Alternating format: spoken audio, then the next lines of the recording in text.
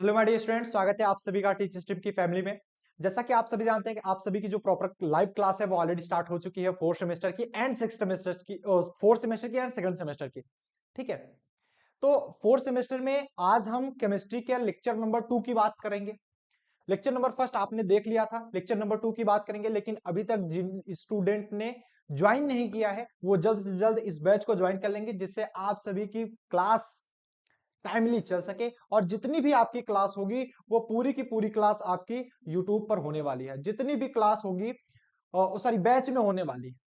आज क्या ही बोल रहे हैं ना, कंप्लीट क्लास आपकी बैच में होगी। यूट्यूब पर आपकी डेमो क्लासेस ऑलरेडी चलाई जा रही है, जिससे आपको पता चल सके नए स्टूडेंट्स क्या होते हैं, पता नहीं चल पाता उनको, हाँ एग्जैक्टली पढ़ाया कैसे जा रहा है, हमें समझ में आ रहा है या फिर नहीं समझ में आ रहा है।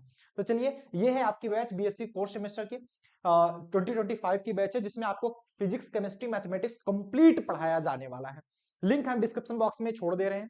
अगर आपको बैच को ज्वाइन करना है, अगर नहीं आपको 100% ज्वाइन ही करना है, बिकॉज अगर आप ज्वाइन करते हो तो आप काफी अच्छा सीखोगे, काफी अच्छी चीजें आपके समझाई जाएंगी, अच्छे लेवल पर समझाई जाएंगी।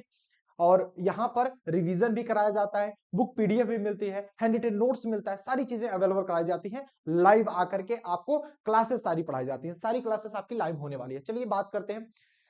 आप सभी टीचर स्ट्रीम का ऐप डाउनलोड कर लेंगे। जैसे ऐप को डाउनलोड करेंगे तो वहां पर सबसे ऊपर ही आ रहा होगा फोर्थ सेमेस्टर की लाइव बैच। वहां पर आप जाएंगे और या फिर सर्च कर लेंगे, फोर्थ सेमेस्टर सर्च कर लेंगे, वहां पर आपको ये बैच मिल जाएगी, या फिर डिस्क्रिप्शन बॉक्स में लिंक दिए हैं, वहां पर जैसे क्लिक करेंगे आपको तुरंत रिडायरेक्ट कर देंगे उस पेज पर, वेबसाइट पे। आप वहां से भी ज्वाइन कर सकते हैं, या फिर अगर आपको ज्वाइन करने में कोई दिक्कत आ रही है तो आप इस नंबर पर व्हाट्सअप कर सकते हैं 9532039099। ये टीच स्ट्रीम के ऑफिस का नंबर है, 9532099099। आप इस पर बात कर सकते हैं। चलिए आगे बढ़ते हैं व्हाट्सएप के थ्रू। ठीक है, आगे बढ़ते हैं। यहां पर सिलेबस हमने बताया कि आपको क्या पढ़ना है। Perspective of modern physics and basic electronic, chemistry में आपको quantum mechanics and analytical technique, mathematics में आपको डिफरेंशियल इक्वेशन एंड मैकेनिक्स, इतनी चीजें पढ़नी है। अगर ये सिलेबस आपके सिलेबस से मैच कर रहा है तो ही आप ज्वाइन करिएगा, अदरवाइज ज्वाइन करने का कोई मतलब नहीं निकलेगा। पहले एक बार मिला लीजिए अपना सिलेबस, उसके बाद आप इसको ज्वाइन कर सकते हैं। नहीं तो होता क्या है, बाद में आप कहते हो सर मेरा सिलेबस मैच नहीं कर रहा है, तो एक बार आप सिलेबस अपना मैच करा लीजिए। इससे मैं सिलेबस बार बार दिखा देता हूं, जिसे आप सभी अपना सिलेबस मैच करा सके और अपनी क्लास को कंटिन्यू कर सके। चलिए, यहां पर केमिस्ट्री का सिलेबस फुल डिटेल्स में दिया गया है। Atomic structure, elementary quantum mechanics, molecular, UV visible, infrared, HNMR और mass spectroscopy and separation technique, 8 unit आप इसमें पढ़ोगे। तो फर्स्ट लेक्चर में हमने एटॉमिक स्ट्रक्चर के फर्स्ट लेक्चर में क्या बात किया हुआ था, postulate of Bohr's model of an atom से बात किया था। उसके बाद आप इसके बारे में डिटेल में समझे कि n equal to 1 2 3 shell subshells क्या होते हैं। उसके बाद आपने देखा था लिमिटेशन क्या थी बोर्स मॉडल की। फिर आपने देखा कि डी ब्रॉगली इक्वेशन क्या होता है, लैम्डा बराबर h upon m v, de Broglie का इक्वेशन देखा। फिर आपने डी ब्रॉगली इक्वेशन के डिटेल में इसका डेरिवेशन भी समझा, डी ब्रॉगली इक्वेशन का। उसके बाद हाइजेनबर्ग अनसर्टेनिटी प्रिंसिपल देखे कि किसी भी एक पार्टिकल की, कोई मूविंग पार्टिकल है उसकी एग्जैक्ट पोजीशन और मूवमेंट एक साथ एक टाइम पर पता लगाना इंपॉसिबल होता है। तो हाइजेनबर्ग अनसर्टेनिटी प्रिंसिपल बोला गया, delta x into delta p is greater than or equal to h upon 4 pi. तो नेक्स्ट आगे चलते हैं। Derivation of de Broglie equation इसके पहले होना चाहिए था, तो यहां पर पीपीटी लगी हुई, कोई बात नहीं। तो डेरिवेशन भी हमने देखा कैसे हम डिराइव करके निकाल पाते हैं लैम्डा बराबर एच अपान एम बी। उसके बाद आज की इस क्लास में हम बात करेंगे, आज की जो हमारी क्लास स्टार्ट होने जा रही है वो लेक्चर नंबर 2 स्टार्ट होने जा रहा है। मतलब आज हम बात करेंगे लेक्चर नंबर 2 के बारे में। तो अगेन फिर से हम कहना चाहेंगे कि आप सभी पूरी की पूरी क्लास लेने के लिए इस लाइव बैच को ज्वाइन जरूर कर लीजिएगा। काफी इंपॉर्टेंट है। अगर आपको ज्वाइन करने में प्रॉब्लम आ रही, जो हमने नंबर दिया है उस नंबर पर आप व्हाट्सएप करेंगे, सर मुझे ज्वाइन करना है, आपको एक स्कैनर भी भेज दिया जाएगा, आप वहां से भी पेमेंट कर सकते हो और टीच स्ट्रीम ऐप का प्रोफाइल आप दे दीजिएगा अपना, तो आपका एडमिशन बैकएंड द्वारा कर दिया जाएगा, मतलब हमारी टीम के द्वारा आपका एडमिशन कर दिया जाएगा, अगर आपको यहां से प्रॉब्लम आ रही है तो। अदरवाइज आप यहीं से डायरेक्टली ज्वाइन कर पाएंगे। चलिए आगे बात करते हैं। यहां तक सब कुछ क्लियर है ना, यहां तक सब कुछ क्लियर है ना। चलिए बहुत बढ़िया, चलिए आगे बात करते हैं। लेक्चर नंबर 2 में हम कहां से बात करेंगे, श्रोडिंगर वेव इक्वेशन। आज का जो हमारा टॉपिक होगा, आज के टॉपिक का पहला टॉपिक है हमारा क्लास का, वो है हमारा Schrodinger wave equation. Schrodinger wave equation क्या होता है, आइए इसके बारे में पढ़ लेते हैं। काफी इंपॉर्टेंट और काफी जरूरी वाला इक्वेशन है ना। जरूरी वाला इक्वेशन कैसा होता है सर, मतलब इसे नेसेसरी आपको पढ़ना है, क्योंकि श्रोडिंगर वेव इक्वेशन पूछा जाता है। ठीक है, तो श्रोडिंगर वेव इक्वेशन में लिखेंगे, श्रोडिंगर वेव इक्वेशन में लिखेंगे on the basis of, on the basis of,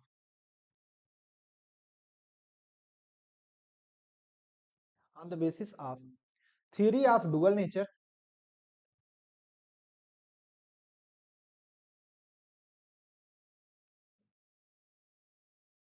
dual nature, dual nature of matter, dual nature of matter, Schrodinger suggested the theory,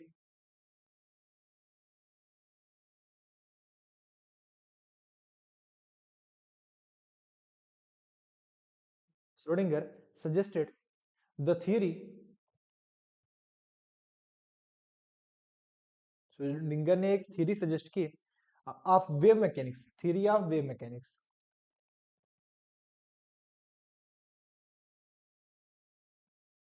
theory of wave mechanics and give a mathematical equation,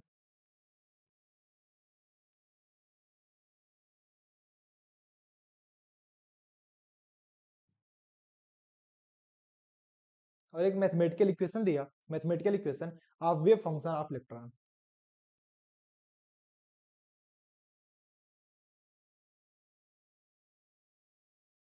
मतलब क्या कहा जा रहा है, ध्यान से सुनिएगा, क्या कहा जा रहा है, कहा जा रहा है कि ऑन द बेसिस ऑफ, ध्यान से सुनिएगा, ऑन द बेसिस ऑफ, ये ऑन द बेसिस ऑफ, ठीक है,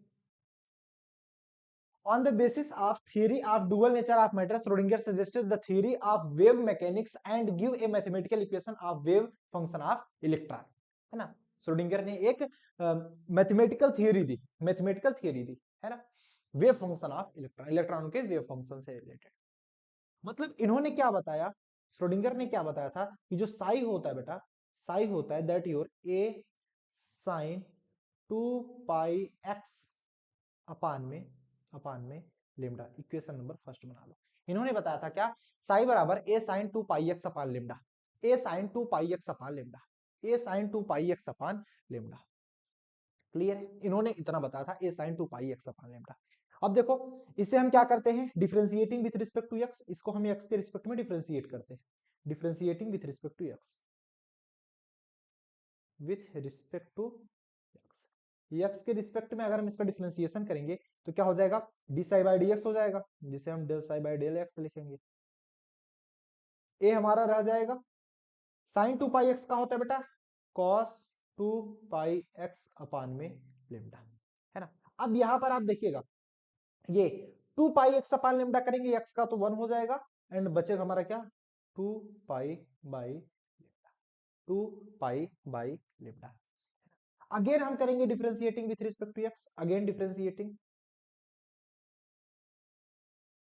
again differentiating with respect to x, x के रिस्पेक्ट में फिर से डिफरेंशिएशन करेंगे, और फिर से जैसे ही डिफरेंशिएशन करेंगे तो ये क्या हो जाएगा, del two psi by del x square हो जाएगा, del two psi by del x square is equal to A, ये 2 pi by lambda as it is रह जाएगा हमारा, कॉस का करेंगे तो हो जाएगा माइनस का sign, sign 2 pi x upon में लेमडा, आगे माइनस आ जाएगा, और 2 पाई एक्स अपान लेमडा करेंगे, फिर से 2 पाई अपान लेमडा बच जाएगा, तो उसका हम होल स्क्वायर कर देंगे, यहां पर देख रहे हो ना, उसका हम क्या कर देंगे, होल स्क्वायर कर देंगे। बोलो हाँ या ना, बोलो हाँ या ना, हाँ सर कर सकते हैं, कर सकते हैं, है ना, कर सकते हैं। इसको थोड़ा सा सॉल्व कर लेते हैं, देखेंगे कितना आएगा, देखेंगे कितना आएगा, थोड़ा सा सॉल्व कर लेते हैं।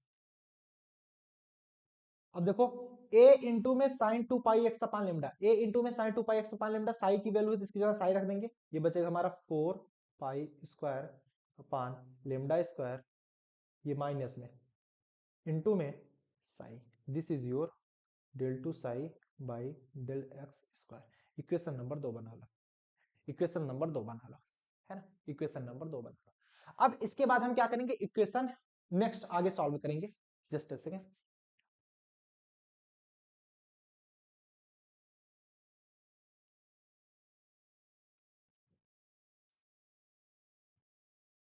अभी ठीक है, अभी ठीक है ना,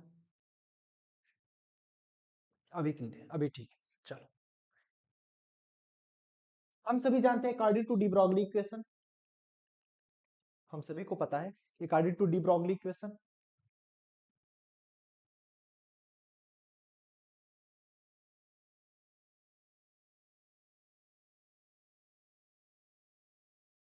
डी ब्रॉगली के अनुसार, according to de Broglie, de Broglie के अनुसार लेमडा बराबर एच अपान एम वी होता है। क्या होता है बेटा? लेमडा बराबर h upon m v, lambda बराबर एच अपान एम वी। अगर लेमडा बराबर एच अपान एम वी होता है तो हम ये लेमडा की वैल्यू यहाँ पर रख सकते हैं, बिल्कुल रख सकते हैं बेटा, बिल्कुल रख सकते हैं। तो क्या हो जाएगा हमारा वैल्यू निकल कर, ये del two psi by del x square is equal to minus का 4 पाई स्क्वायर अपान में एच अपान एम वी का whole square, h upon m v का होल स्क्वायर इंटू में साई, इंटू में साई। बोलो हाँ या ना। अब इसको थोड़ा सा हम सॉल्व करते हैं, क्या हो जाएगा माइनस का 4 पाई स्क्वायर। अब देखो नीचे एम भी है ना, ये देखो नीचे एम भी है, तो एम स्क्वायर वी स्क्वायर ऊपर चला जाएगा, तो क्या हो जाएगा हमारा m square v square divide by h square psi, h square psi. बोलो हाँ यार, बोलो हाँ यार, ठीक है। अब हम उधर माइनस है, इस साइड लाएंगे तो क्या हो जाएगा प्लस हो जाएगा, तो क्या बचेगा हमारा del two psi by del x square plus का 4 pi square m square v square divide by h square psi equal to 0। Equation number third बना लो, इक्वेशन नंबर थर्ड बना लो। क्लियर है यहाँ तक? यहाँ तक वैल्यू समझ में आई? इक्वेशन नंबर थर्ड हो गया, इक्वेशन नंबर थर्ड हो गया।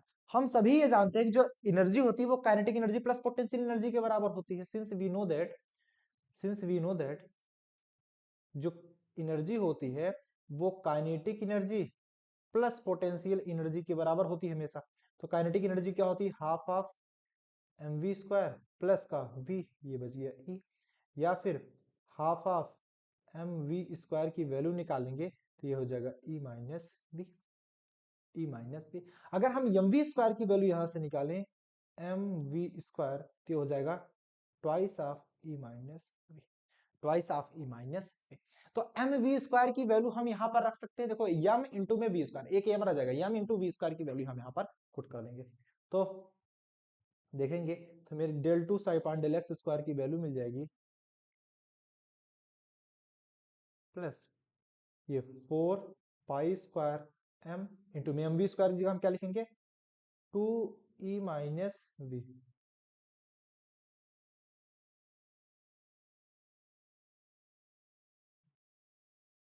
टू ई माइनस वी, है ना, divide by h square psi equal to 0, h square psi equal to 0। तो फाइनली हमारा इक्वेशन मिल गया del two psi by del x square is equal to 4 दूनी 8 हो जाएगा ना, 8, ये बचेगा हमारा ऊपर 8 pi square m E minus v divide by h square psi equal to 0।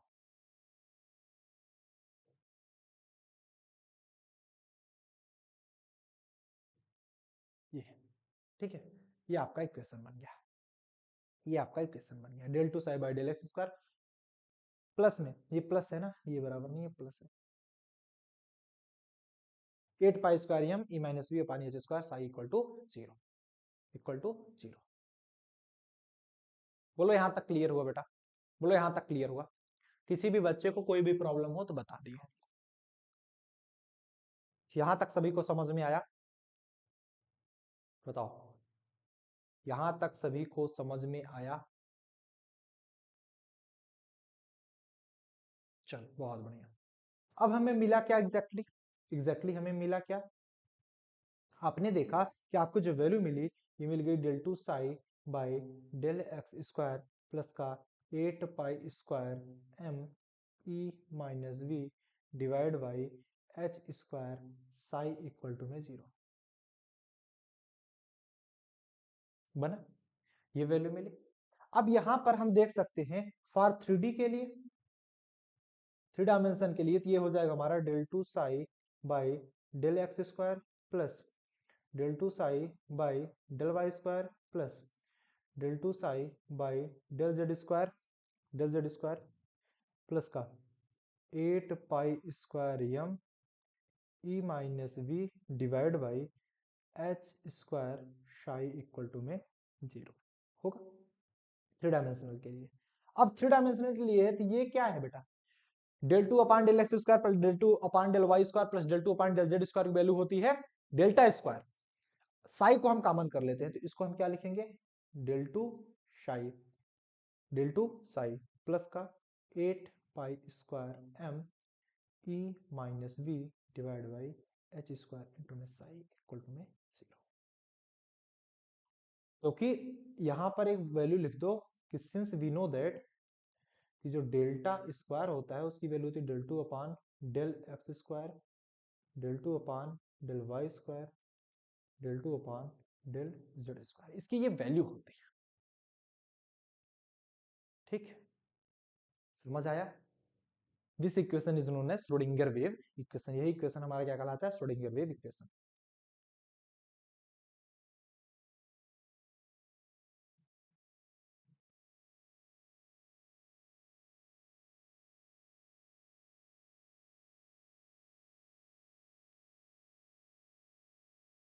Schrodinger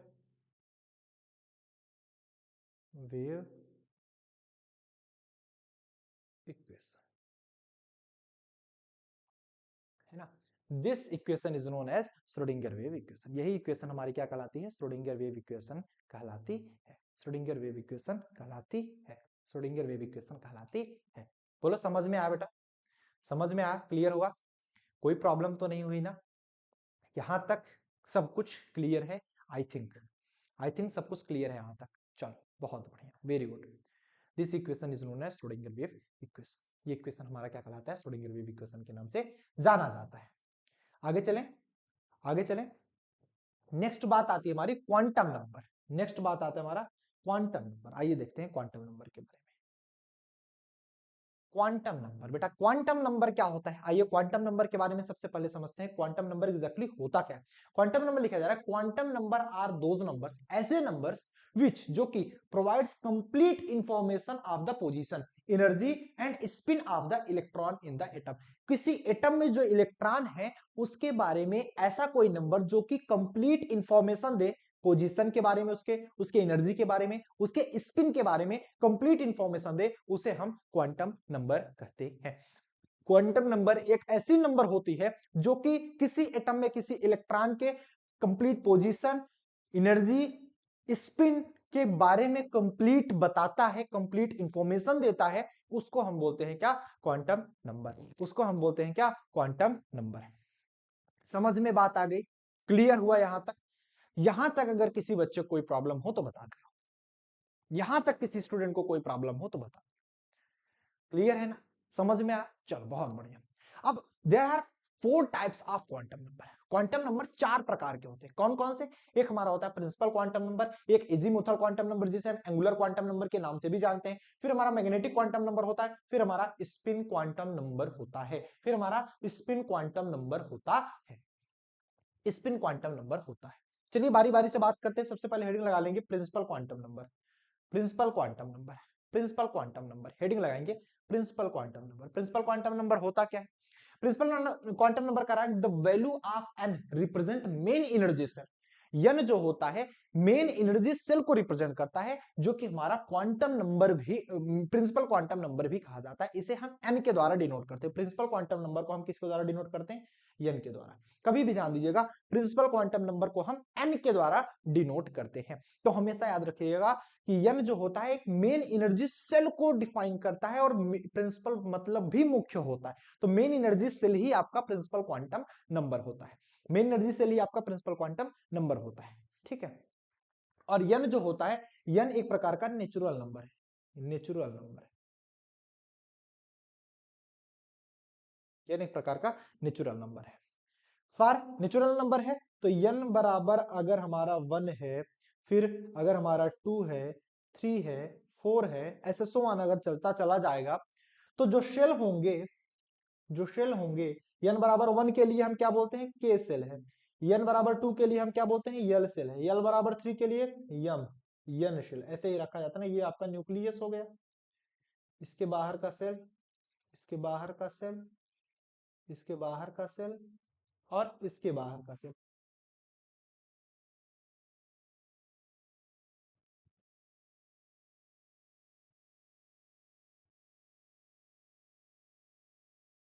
गर्मा गर्म चाय आ गई है ना। हाँ, इसके बाहर का सेल ये देख रहे हो ना। तो ये रिप्रेजेंट क्या करते हैं, आप देख पा रहे हो, ये के रिप्रेजेंट करता है एल, फिर एम, फिर N। इस प्रकार से ये क्या करता है, इसको रिप्रेजेंट करता है, के एल एम एन। ठीक है, आगे क्या कहा जा रहा है कि the value of n explain the energy of the shell and size of the shell of electron. मतलब जो n की वैल्यू होती है, ये energy of the shell, shell की एनर्जी को एक्सप्लेन करती है, और सेल के साइज को भी एक्सप्लेन करती है। मतलब इलेक्ट्रॉन किस सेल में है, उस सेल की साइज के बारे में भी बताती है। जैसे n इक्वल टू 1 है तो मतलब k है, छोटी साइज है। n इक्वल टू 2 है तो यल वाले सेल में चले जाएंगे। n इक्वल टू 3 है तो यम सेल में चले जाएंगे और बड़ी साइज हो जाएगी, है ना, ज्यादा एनर्जी के साथ। बड़ी साइज में होंगे तो बड़े सेल में होंगे, ज्यादा एनर्जी के साथ होंगे। क्यों? क्योंकि के का सेल, के सेल की एनर्जी कम है, यल की ज्यादा है, तो ज्यादा इलेक्ट्रॉन के पास एनर्जी आएगी तब इसमें आएगा ना, तब इसमें आएगा, तब इसमें आएगा। अगर इलेक्ट्रॉनों की एनर्जी लूज की, मतलब वो कम हुई, तो वो अंदर चला जाता है इलेक्ट्रॉन। ठीक, ठीक है बेटा, समझ में आया। आगे कहा जा रहा है, as the distance between nucleus and shell increases, जैसे जैसे सेल और न्यूक्लियस के बीच में डिस्टेंस इंक्रीज होता है, मतलब ये न्यूक्लियस हो गया, न्यूक्लियस और सेल के बीच में जैसे डिस्टेंस इंक्रीज होता है, यहाँ पर the value of energy of shell increases, energy shell की जो एनर्जी होती है वो भी इंक्रीज होती है। जैसे के की एनर्जी कम, उससे ज्यादा यल की, उससे ज्यादा एम की, उससे ज्यादा एन की, तो वैसे एनर्जी भी इंक्रीज होती रहती है। ठीक, बात क्लियर हुई? किसी बच्चे को कोई प्रॉब्लम हो तो बता दियो हमको। मतलब जैसे जैसे हम हायर सेल में जाएंगे, एनर्जी भी हायर होती चली जाएगी। नेक्स्ट बात करते हैं, the angular momentum of electron is the shell is, angular momentum जो होता है किसी भी इलेक्ट्रॉन का, वो कितना होता है बेटा, एन एच अपान 2 पाई, एन एच अपान 2 पाई। कितना होता है, एन एच अपान 2 पाई, नोट कर लो। वो कितना होता है, एन एच अपान 2 पाई, एन एच अपान 2 पाई।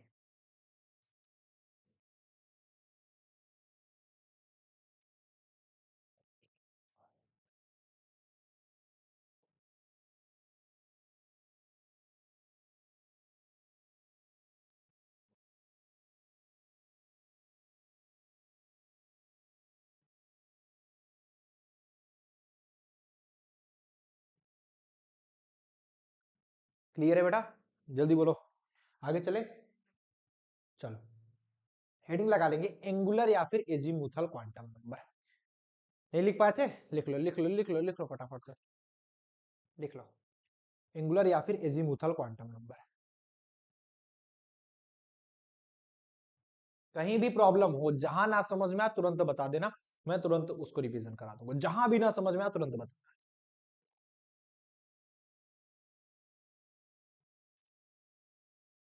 जो भी पॉइंट ना समझ में आए तुरंत बता देना हमको।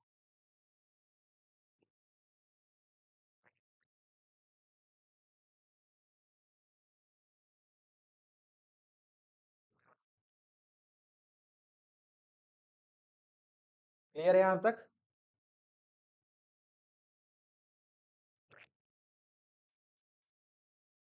सभी बच्चे को समझ में आया? सब कुछ क्लियर है ना? चलो, चलो आगे बढ़ते हैं। एजीमुथल क्वांटम नंबर क्या होता है? It is represented by L, यहां पर लिखेंगे इट इज रिप्रेजेंटेड बाई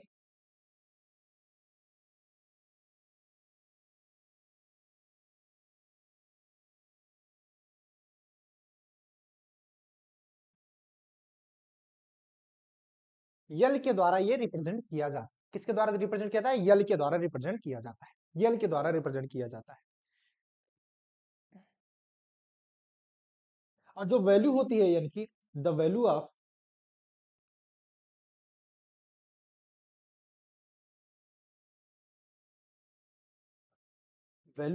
यल जो होती है, the value of L can be 0 to n-, मतलब जो एल की वैल्यू होती है वो 0 से लेके n-1 तक होती है। जो वैल्यू होती है एल की वो 0 से n-1 तक होती है। मेरी बात को बहुत ध्यान से समझिएगा, मेरी बात को बहुत ध्यान से समझिएगा। जो वैल्यू होती है एल की वो कहां से कहां तक होती है? 0 से लेकर n-1 तक होती है। 0 से लेकर n-1 तक होती है।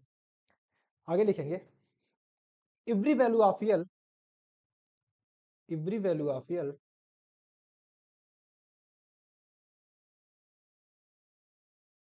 Every value of l, l के प्रत्येक वैल्यू के लिए represent a subshell, represent a subshell. मतलब यल की प्रत्येक वैल्यू जो होती है ना एक सबसेल को रिप्रेजेंट करती है। यल की प्रत्येक वैल्यू एक सबसेल के रिप्रेजेंट करती है। मेरी बात को समझिएगा। जैसे यल की वैल्यू अगर 0 है, ठीक है, 1 है, 2 है, 3 है, ऐसे है, तो जो सबसेल होगा ना हमारा, सबसेल होगा वो होगा s p d f, s p d f. L की वैल्यू 0 है तो सबसेल हमारा यस होगा, यल की वैल्यू 1 है तो सबसेल हमारा पी होगा, यल की वैल्यू 2 है तो सबसेल डी होगा, 3 है तो एफ होगा। ठीक, ठीक है। यस हमारा कैसा होता है? स्फेरिकल होता है। पी हमारा क्या होता है? डम्बल शेप में होता है। ये हमारा डबल डम्बल शेप में होता है ना। और ये हमारा इनफाइनाइट डम्बल में होता है।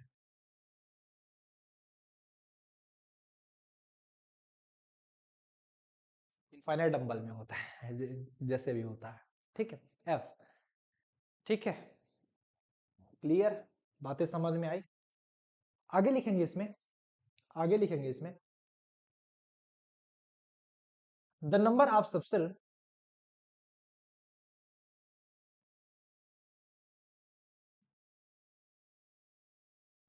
The number of subshell in a cell,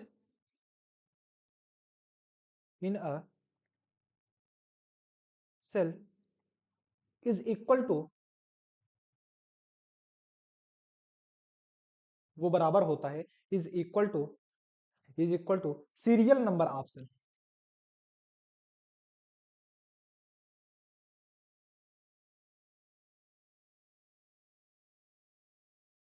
मतलब नंबर ऑफ जो सबसेल होता है, नंबर ऑफ सबसेल होता है इन सेल, सेल में किस कोई भी जो सबसेल का नंबर होता है वो किसके बराबर होता है? Serial number of shell, shell के सीरियल नंबर के बराबर होता है।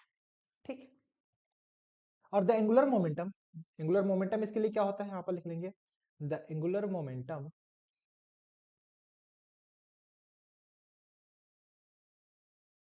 The angular momentum of electron,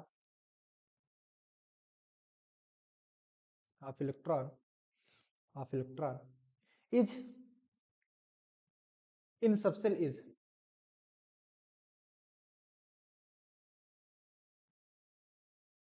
इसी सबसेल में जो एंगुलर मोमेंटम होता है, उस पिछले वाले प्रिंसिपल क्वांटम नंबर के लिए NH/2 पाई निकला था, इसके लिए क्या होता है? H/2 pi, H/2 pi square root of में l l plus one, l l plus one, not ये होता है l l plus one, l l plus one.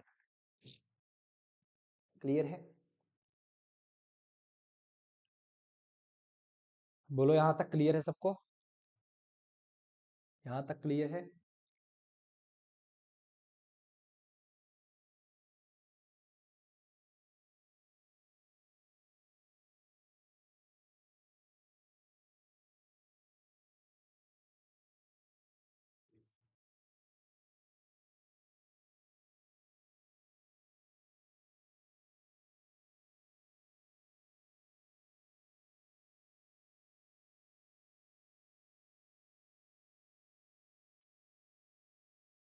प्रत्येक यन के लिए यल की वैल्यू समान होती है, यन इक्वल टू यल होती है, इसको जरूर लिख लेना।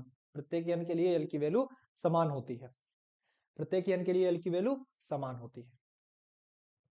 ठीक है, कैसे होती है उसको भी हम दिखा देते हैं। मान लो हमेशा n की वैल्यू जो होती है वो l के समान होती है। हाँ, l जो लिया जाता है वो 0 टू n-1 तक लिया जाता है। मान लो प्रिंसिपल क्वांटम नंबर 4 दिया जाए, n की वैल्यू मान लो 4 दिया जाए, तो l की वैल्यू क्या होगी? 0 1 2 3 होगी, मतलब 4 से 1 कम होगी बस। इसको काउंट करो, 1 2 3 4, मतलब n इक्वल टू l मिल गया। नंबर जो होगा प्रिंसिपल क्वांटम नंबर और जो आपका एंगुलर क्वांटम नंबर होगा वो आपस में बराबर ही होगा। जैसे n की वैल्यू 5 ले लीजिए प्रिंसिपल क्वांटम नंबर, तो l की वैल्यू होगी 0 1 2 3 4, n से 1 कम तक ही होती है, 0 टू n-1 तक होती है। इसकी वैल्यू भी 5 है, इसकी वैल्यू भी 5 है, देखो 1 2 3 4 5, समझ रहे हो? हाँ, इसी प्रकार n की वैल्यू हमेशा l के बराबर होती है। इसको लिख लेना, इसको लिख लेना, ठीक है। नेक्स्ट बात करेंगे हम लोग मैग्नेटिक क्वांटम नंबर की। नेक्स्ट किसके बारे में बात करेंगे? Magnetic quantum number, magnetic quantum number, magnetic quantum number, magnetic quantum number. Magnetic quantum number exactly हमारा होता क्या है, इसके बारे में बात करते हैं। तो मैग्नेटिक क्वांटम नंबर में देखते हैं सबसे पहला कि magnetic quantum number is represented by small m. Magnetic quantum number किसके द्वारा रिप्रेजेंट किया जाता है? स्मॉल एम के द्वारा रिप्रेजेंट किया जाता है। Magnetic quantum number explain the number of orbitals in a shell. Shell में कितने ऑर्बिटल हैं, इसको मैग्नेटिक क्वांटम नंबर प्रेजेंट करता है। मैग्नेटिक क्वांटम नंबर ये एक्सप्लेन करता है कि कितने नंबर ऑफ ऑर्बिटल्स हैं किसी सेल में, इसको रिप्रेजेंट करता है कौन? Magnetic quantum number. The total number of orbitals in any shell, जो टोटल नंबर ऑफ ऑर्बिटल होते हैं किसी सेल में, ध्यान से सुनिएगा, the total number of orbitals in any shell is equal to n square, is equal to n square. जो total number of orbital होता है किसी सेल में वो एन स्क्वायर के बराबर होता है। मान लो प्रिंसिपल क्वांटम नंबर 2 हो, 2, तो जो टोटल नंबर ऑफ ऑर्बिटल होगा वो कितना होगा? 4 होगा, ठीक। तो अगर हमें प्रिंसिपल क्वांटम नंबर की वैल्यू पता है तो हम एल की वैल्यू भी निकाल सकते हैं, हम एम की वैल्यू भी निकाल सकते हैं, टोटल नंबर ऑफ ऑर्बिटल भी पता लग गया। अगर हम बात करें next, the total number of orbital in any सब सेल, मतलब सेल में तो एन स्क्वायर होता है, सब सेल में बात करें, सब सेल में बात करें तो ये 2l+1 होता है, 2l+1। कभी भी ध्यान दीजिएगा, total number of orbital in a shell, shell में कितने नंबर ऑफ ऑर्बिटल उन्हें पता लगाना हो तो एन स्क्वायर से पता लगा सकते हैं। Total number of orbital in any सब सेल में पता लगाना हो तो उसकी वैल्यू तो 2l+1, 2l+1, बात समझ रहे हो? 2l+1 है ना।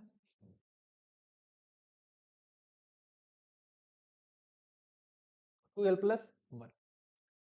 आगे नेक्स्ट क्या कहा जा रहा है आपको कि the angular momentum of any electron in any orbital, जो एंगुलर मोमेंटम होता है किसी इलेक्ट्रॉन का किसी ऑर्बिटल में, एंगुलर मोमेंटम वो क्या निकल करके आता है इसके लिए? वो निकल के आता है एम एच अपान 2 पाई। क्या होता है? M h upon 2।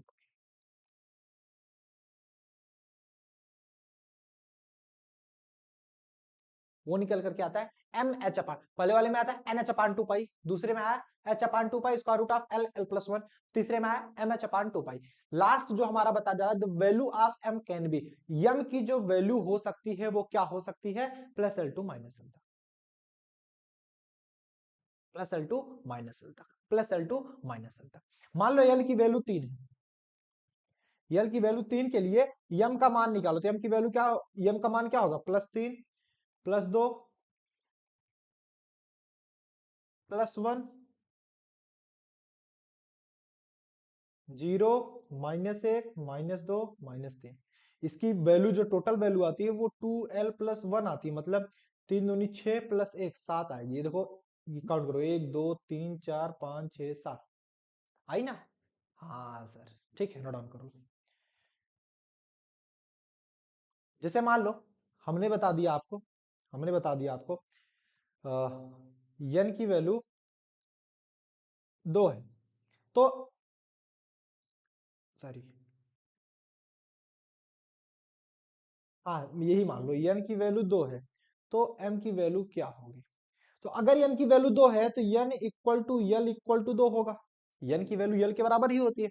तो जो m की वैल्यू आएगी, m की वैल्यू आएगी वो 2l+1 आएगी, मतलब 2 इंटू 2+1 मतलब 5 आएगी। 5 क्या आएगी? ये आएगी +2 से -2, प्लस एल से माइनस एल तक होता है ना, +2 से -2, 2 1 0 -1 -2, ये 5 वैल्यू इसकी, ठीक है। इस प्रकार से इसकी वैल्यू होती है, इस प्रकार से इसकी वैल्यू निकाली जाती है। नोट डाउन कर लीजिएगा, नोट डाउन कर लीजिएगा, नोट डाउन कर लीजिएगा। ठीक, आगे चलें, आगे चलें। Spin quantum number, spin quantum number, spin quantum number कैसे फाइंड आउट कर सकते हैं? स्पिन क्वांटम नंबर बताएंगे, it is represented by small S, ये स्मॉल एस से रिप्रेजेंट किया जाता है। Next, spin quantum number explain the direction of spin of the electron, इलेक्ट्रॉनों का स्पिन का डायरेक्शन क्या है, क्लॉकवाइज है या फिर एंटी क्लॉकवाइज है। यहां पर बताते हैं ये क्लॉकवाइज है, क्लॉकवाइज है या फिर एंटी क्लॉकवाइज है। ऐसे ये डायरेक्शन बताता है, क्लॉकवाइज है या फिर एंटी क्लॉकवाइज है, तो ये डायरेक्शन बताता है कौन? Spin quantum number. तो spin quantum number explain the direction of spin of electron, इलेक्ट्रॉनों की स्पिन का डायरेक्शन बताता है कि वो क्लॉकवाइज डायरेक्शन घूम रहा है या फिर एंटी क्लॉकवाइज डायरेक्शन में घूम रहा है। ठीक है, क्लॉकवाइज कैसे घूमता है, क्लॉक कैसे चलती है ना, खट खट खट खट खट खट इस प्रकार से ना। एंटी क्लॉकवाइज मतलब उल्टा चलना, उल्टा चलना।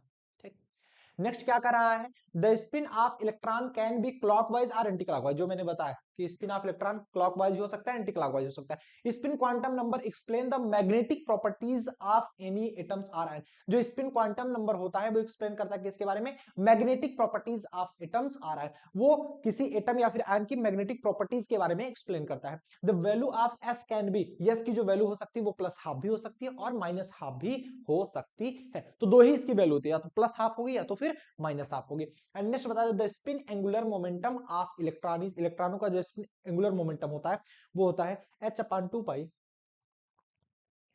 h upon 2 pi square root of s s plus 1, s s plus 1। Note down कर लो, नोट डाउन करो। ठीक है, क्लियर हुआ यहां तक? सो उम्मीद करते हैं आज की क्लास में किसी बच्चे को कोई प्रॉब्लम नहीं हुई होगी। मिलते हैं फिर नेक्स्ट क्लास में, टिल देन बहुत बढ़िया से पढ़ाई करिएगा। All the very best, bye bye.